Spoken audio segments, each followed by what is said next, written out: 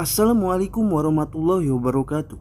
Balik lagi dengan gue Irman dan selamat datang kembali di C-Misteri, cerita mistis para pendaki. Apa kabar kalian semua? Semoga baik-baik selalu, dilimpahkan rezekinya, dan selalu dalam lindungan Tuhan Yang Maha Esa. Kali ini ada sebuah cerita yang datang dari Bang Nanda Saputra, seorang pendaki yang hilang selama 1 bulan di Gunung Sawah, ditemukan dalam keadaan selamat. Begitulah judul dari sebuah halaman koran ternama di Jawa Barat. Di halaman itu tertera gambar dirinya sedang terbaring di tandu oleh beberapa orang tim penyelamat.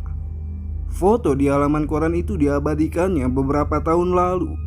Foto yang mengingatkannya kembali akan tragedi itu.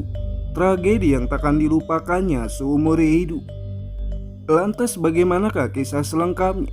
Silahkan menikmati alur ceritanya.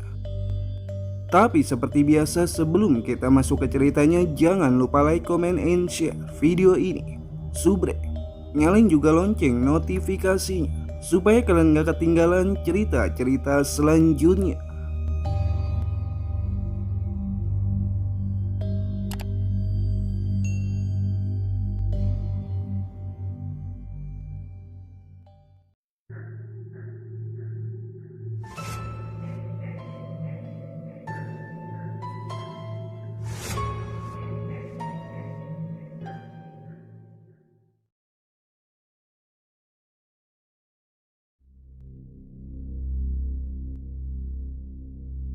Perkenalkan, namaku Nanda Saputra. Naik gunung bukanlah hal baru bagiku. Bermula dari masuk ke sebuah komunitas pecinta gunung. Saat itu aku belajar banyak hal dari para senior. Cukup lama menjadi anggota komunitas itu. Namun, tujuan yang tidak sejalan lagi menjadi alasanku keluar dari komunitas itu. Kemudian aku memilih menjadi pendaki solo. Entah sudah berapa kali aku naik gunung sendiri, terutama gunung-gunung yang ada di sekitaran kota asalku ini, tak terkecuali Gunung Sawah. Tahun-tahun pun berlalu. Kini aku bekerja di sebuah restoran di kota besar yang membuatku tak bisa menyalurkan hobiku sebagai pendaki. Minimnya cuti membuatku begitu merindukan suasana pegunungan. Hiruk-pikuk perkotaan dan kehidupan yang monoton membuat aku semakin merindukan hobi lamaku ini. Selain jarang cuti, juga ketatnya jam kerja menjadi alasanku mulai memikirkan untuk keluar dari pekerjaan ini. Dan setelah dipikirkan baik-baik, akhirnya aku pun memutuskan resign dari tempat kerjaku dan memilih pulang ke kota asalku. Setibanya di sana, aku langsung disambut oleh keluargaku. "Loh Nanda, kok kamu pulang? Memangnya hari ini cuti?" Ibu menatapku heran. "Enggak bu, aku resign." "Kenapa? Ada masalah apa?" "Enggak bu." Aku menjatuhkan diri di sofa, kemudian menceritakan alasan aku resign dari pekerjaan itu. "Kamu ini gimana? Orang-orang pada nyari kerjaan sana sini, kamu malah keluar." Aku pun meyakinkan ibu bahwa yang aku lakukan ini sudah aku pikirkan matang-matang. "Terus kamu mau jadi pengangguran?" Ibu terlihat kesal. Kemudian beliau pergi ke arah dapur setelah mendengar suara decitan dari teko yang menandakan air mendidih. Sedangkan bapak, seperti biasa beliau tidak banyak bicara. "Bukan mau nganggur bu, aku mau nyari kerjaan yang tidak terlalu ketat jam kerjanya." Aku pun menyusul ibu ke dapur. Namun ibu tidak merespon perkataanku. Tangannya sibuk meracik kopi untuk bapak. "Kalau ada pekerjaan lain, besok juga aku berangkat kerja lagi. Di rumah juga gak akan lama kok." Ibu memegang nampan berisi 1 gelas kopi panas untuk bapak. Kemudian beliau menatap anak semata wayangnya ini dengan tatapan dingin yang membuatku menundukkan kepala. Tanpa mengeluarkan kata-kata, beliau pun pergi ke ruangan tengah. Aku sangat mengerti dengan perasaan ibu. Beliau memang sangat mengkhawatirkan masa depanku. Apalagi dulu ketika aku sedang tergila-gilanya mendaki, sampai lupa waktu dan jarang pulang. Mungkin beliau takut aku kembali seperti itu. 2 hari pun berlalu, namun tidak ada lagi obrolan hangat antara aku dengan kedua orang tuaku. Aku seperti tinggal di rumah orang asing, membuat aku semakin tidak betah tinggal di rumah. Aku pun mengeluarkan peralatan gunung dari lemari, lalu memilahnya dan memasukkannya ke dalam carrier. Siang ini juga, aku berniat mendaki Gunung Sawah untuk melupakan sejenak permasalahan hidup yang tidak ada habisnya datang silih berganti. Dirasa persiapan sudah selesai, aku pun menggendong Keril menuju ruang tengah di mana orang tuaku berada. "Pak, Bu, aku mau ke Gunung Sawal dulu." Aku meminta izin, kemudian menyelami tangan kedua orang tuaku. Namun tak ada sepatah kata pun yang terucap dari kedua orang tuaku. Meski begitu, tidak mengurungkan niatku untuk pergi. Kupacu Vespa kesayanganku menuju kaki Gunung Sawah. Tak lupa di perjalanan, aku membeli perbekalan. Terhitung ini kali ketiganya aku mendaki Gunung Sawal seorang diri. Mungkin kebanyakan pendaki lain memilih naik via Ciarbeti. Berbeda denganku yang punya jalur sendiri, yang bisa dibilang bukan jalur favorit. Bahkan mungkin tidak banyak yang tahu. Aku sendiri tahu jalur ini dari warga yang tinggal di sana, di kaki Gunung Sawah. Sesampainya di sana, aku menitipkan Vespa biruku di halaman rumah warga. Setelah mengecek perlengkapan dan berdoa, aku menggerakkan kaki selangkah demi selangkah menuju puncak Gunung Sawah. Hijaunya dedaunan, juga luasnya perkebunan warga menyambutku. Sesekali aku menghirup udara dalam-dalam, menikmati angin segar pegunungan yang tidak aku temukan saat aku tinggal di perkotaan. Burung-burung pun terdengar berkicau ria, seolah menyambut kedatanganku, membuatku semakin bersemangat untuk sampai ke puncak. Kini, jalur mulai memasuki jalan setapak yang mulai tersamarkan oleh ilalang. Mungkin karena jarang ada orang yang melalui jalur ini. Meski begitu, aku masih hafal betul jalur ini. Tak sedikit pun aku merasa ragu untuk terus melangkah, mengikuti instingku dan sisa jalan setapak yang masih terlihat. Sementara 2 jam pun sudah berlalu, rasa lelah mulai aku rasakan. Tetes demi tetes keringat keluar membasahi sweaterku. Tapi tempat yang aku targetkan untuk beristirahat belum juga nampak. Semangat yang membara beberapa saat lalu kini mulai terkikis.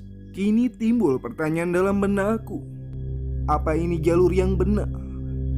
Walau bagaimanapun, aku sudah lama tidak menginjakan kaki di sini. Rasa was-was pun mulai menghantui.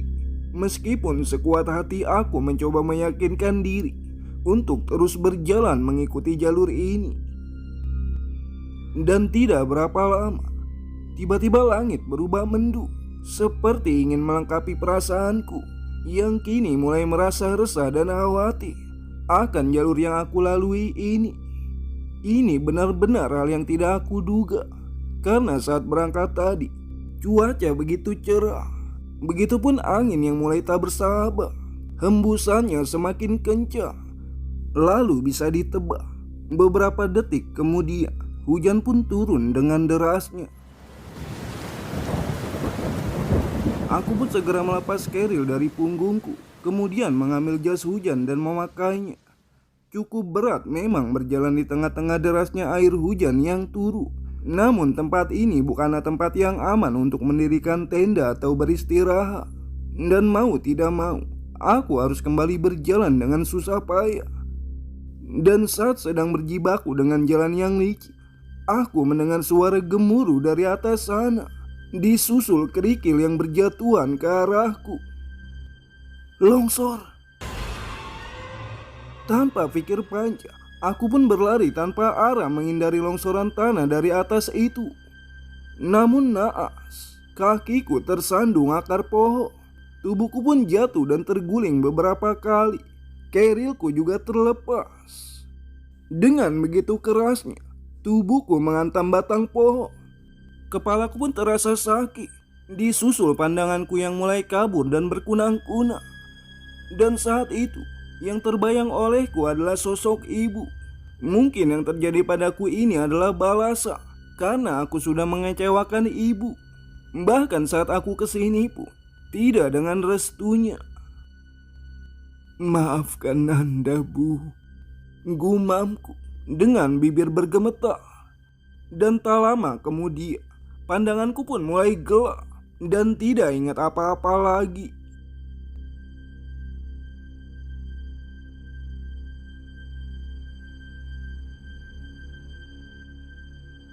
Entah berapa lama aku tak sadarkan diri.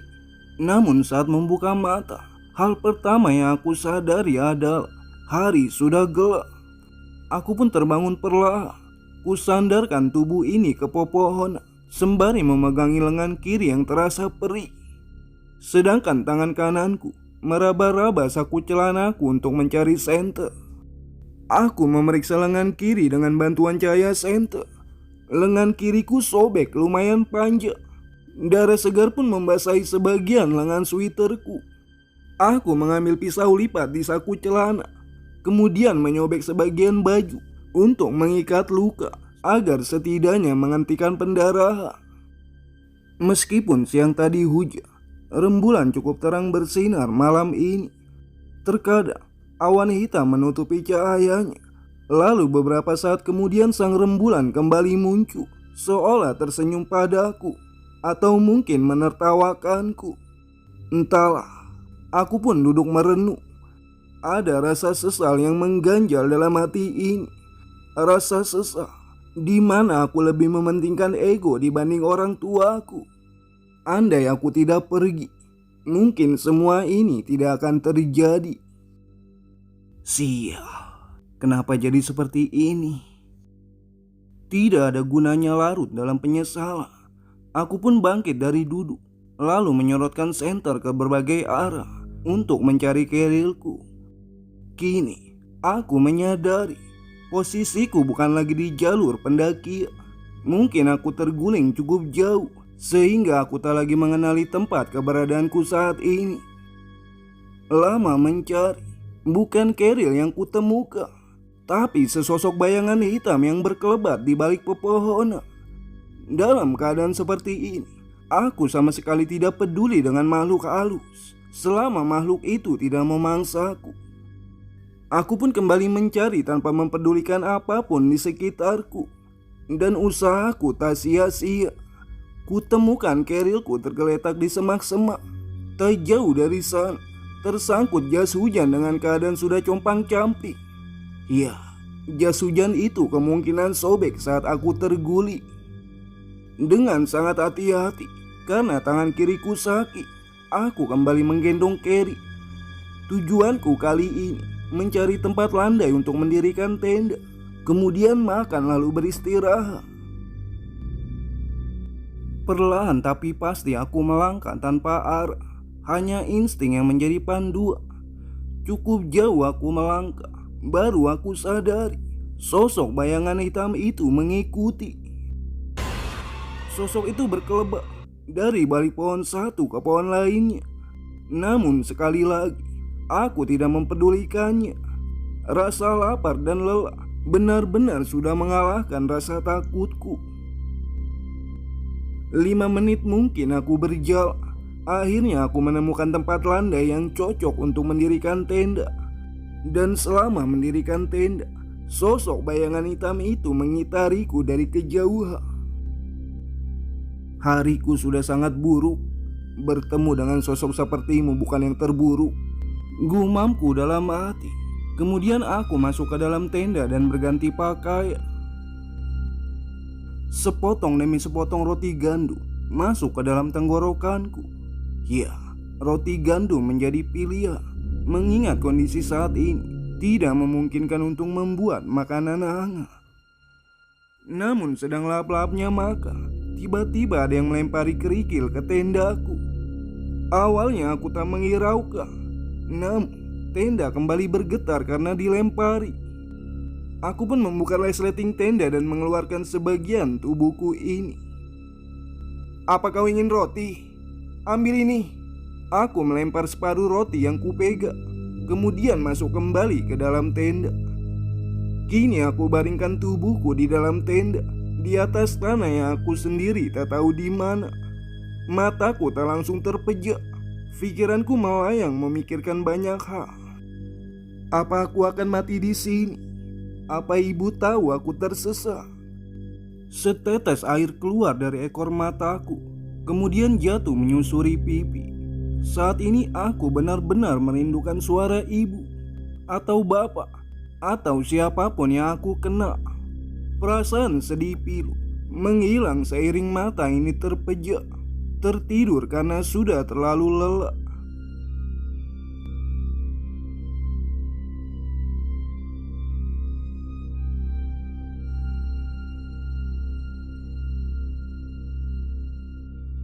Entah jam berapa semalam aku tertidur, hingga aku terbangun sekitar pukul 9 pagi. Keadaan di luar tenda cukup cerah untuk menyalakan api, juga untuk membakar semangat kembali. Aku pun duduk menghadap api yang kunyalakan. Pakaian yang basah aku jemur dekat api supaya cepat kering.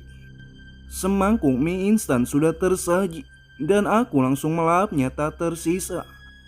Perasaan pilu semalam kini sudah hilang, berganti dengan rasa ingin bertahan hidup yang kembali muncul dan meluap-luap. Dirasa perut sudah kenyang, pakaian yang basah juga sudah lumayan kering. Aku pun berkemas untuk pergi mencari jalan keluar dari hutan gunung ini.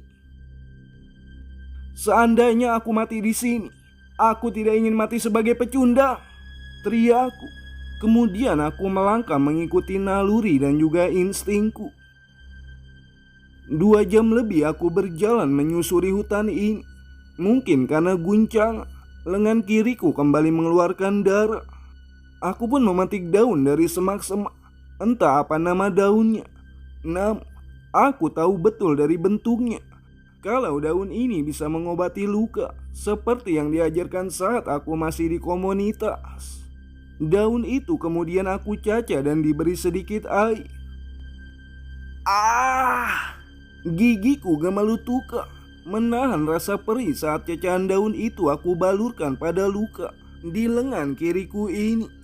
Kemudian aku kembali mengikat lukanya. Aku kembali melanjutkan perjalanan ini. Beberapa kali aku duduk di akar pohon besar, sekedar istirahat dan minum air. Beruntung, tadi aku menemukan air bersih yang menggenang. Kini aku tidak khawatir kehabisan air minum. Aku pun menghentikan langkahku setelah melihat ada bekas orang mendirikan tenda. Di sana juga ada arang yang masih sedikit mengepul, menandakan belum lama ada orang di sana. Namun, bukannya ini roti yang semalam aku lempar? Sial, roti sialan! Aku berteriak sejadi-jadinya, mengetahui kenyataan bahwa aku berjalan berjam-jam, ternyata hanya berputar-putar saja dan kembali ke tempat semula. Rasa optimis pun masih tersisa sedikit dalam diriku. Aku kembali mencoba pergi dari tempat itu ke arah yang berbeda. Aku pun terus berjalan di antara pepohonan. Rimbunnya hutan membuat sinar mentari tidak menembus sampai ke tanah. Hanya sinar-sinar kecil yang berhasil menerobos melalui celah-celah daun. Sementara waktu sudah memasuki sore hari, aku bersyukur tidak kembali berputar arah. Hanya saja sejauh mata memandang, aku tidak melihat ujung dari hutan ini. Aku pun menjatuhkan carrier. Ku ambil sebungkus roti. Ya, roti gandum adalah makanan wajibku saat naik gunung. Selain mengandung serat dan protein tinggi, roti juga lebih simpel dimakan karena tidak perlu dimasak. Hari pun sudah mulai gelap, sedangkan aku masih belum menemukan tanda-tanda akan keluar dari hutan ini. Namun tiba-tiba ada sesuatu yang mendorongku dari arah belakang. Siapa itu? Aku pun mengarahkan senter ke sana sini. Sial, kau lagi. Ternyata sosok bayangan hitam itu mengikutiku sampai ke sini. Seperti kemarin, sosok itu berlarian di balik pepohonan. Pergi sana. Aku tidak ingin berurusan denganmu. Aku pun mencoba menggertak dengan harapan sosok itu tidak mengganggu lagi. Namun sesuatu yang tak terlihat menghantam perutku hingga aku terpental ke belakang. Aku mulai merasa takut. Sosok itu tidak sedang mengajak main. Ia mencoba mencelakaiku. Ayo tunjukkan wujudmu.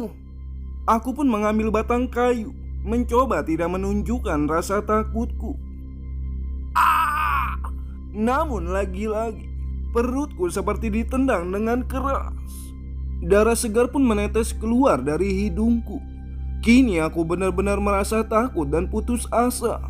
Melawan sosok yang tak terlihat adalah sesuatu hal yang mustahil. Satu-satunya pilihan saat itu, aku harus berlari menyelamatkan diri. Aku pun berlari tanpa menengok ke belakang lagi. Dan entah berapa kali aku terjatuh karena tersandung akar pepohonan. Yang jelas, saat ini aku sudah benar-benar putus asa. Seandainya aku harus mati di sini, setidaknya biarkan jasadku ditemukan orang lain dan dikuburkan dengan layak. Maafkan Nanda, Bu. Pak, aku masih sering membuat kalian kecewa. Di tengah-tengah keputusasaan, dari kejauhan, aku melihat secercah cahaya api. Aku pun berlari menuju cahaya itu, berharap di sana ada manusia. Setibanya di tempat itu, aku pun langsung berlutut karena kakiku lemas. Kulihat 2 tenda berdiri, 3 orang duduk mengitari api unggu. Alhamdulillah ya Allah, ucapku yang spontan dengan nafas terengah-engah. Apa kalian tim penyelamat? Sembari mengatur napas, aku bertanya kepada orang-orang yang sedang duduk itu. Mereka pun hanya termenung karena masih terkejut dengan kedatanganku. Kemudian mereka saling berpandangan. Satu orang yang berambut gondrong menghampiriku. Ia mengelurkan tangannya membantuku berdiri, lalu menggandengku mendekati api unggu. Duduk dulu bro, tarik nafas, ucap si gondrong. Kemudian ia membantuku melepaskan keril dari punggungku. Ini diminum. Orang yang duduk di sebelah kanan berkulit sawo mata, berambut ika, menuangkan air hangat, kemudian menyodorkannya kepadaku. Aku pun meneguk air yang diberikannya. Nafasku mulai teratur, lututku perlahan mulai pulih. Sementara itu, orang yang duduk di tengah, berkulit putih rambut pendek itu, memberikan selendangnya. Mungkin karena melihat hidungku keluar darah, selendang itu diberikan agar aku mengelap wajahku. Sudah tenang, si gondrong mulai bertanya. Sembari mengelap wajah, aku pun mengangguk. Jadi apa yang terjadi sama lu? Tanya dia lagi. Posisi kami duduk melingkari api unggu. Kutatap mereka secara seksama. Kini baru aku sadari, mereka ini masih muda seumuran denganku. Umur mereka kisaran 20 tahun. Ku tarik napas dalam-dalam, kemudian membuangnya secara perlahan. Lalu aku mulai menceritakan kejadian-kejadian yang aku alami. Dari mulai longsor sampai diajar makhluk tak kasat mata. Mereka pun dengan antusias mendengarkan ceritaku sampai selesai. Ya sudah, yang penting sekarang lu selamat bro, tutur si rambut ika. Oh iya, nama gue Dri, sambungnya. Kemudian ia mengulurkan tangannya mengajak bersalaman. Namaku Nanda, Nanda Saputra. Nama gue Ot, saut si gondrong. Kalau ini Gris. Ia menunjuk temannya yang tadi memberiku selendang. Cukup aneh memang nama mereka. Namun saat ini aku tidak mempedulikannya. Bertemu dengan mereka saja aku sudah sangat bersyukur. Terima kasih untuk selendangnya. Aku mengembalikan selendang itu, sedangkan ia membalasnya hanya dengan senyuman. Kemudian si Kribo atau yang bernama Dri, ia mengeluarkan wajan, kemudian menggoreng 1 butir telur. Selain itu, ia menuangkan nasi dari panci kecil ke atas piring. Telur goreng tadi ditaruhnya di atas nasi. "Makan bro, nggak usah sungkan sama kita mah," ucapnya seraya menyodorkan piring berisi nasi dan telur ceplok.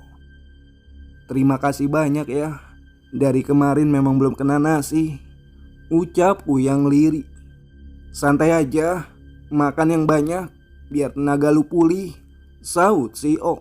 Laki-laki berambut gondrong itu sepertinya berpengalaman. Aku merasakan dari pembawaan dia yang begitu tenang.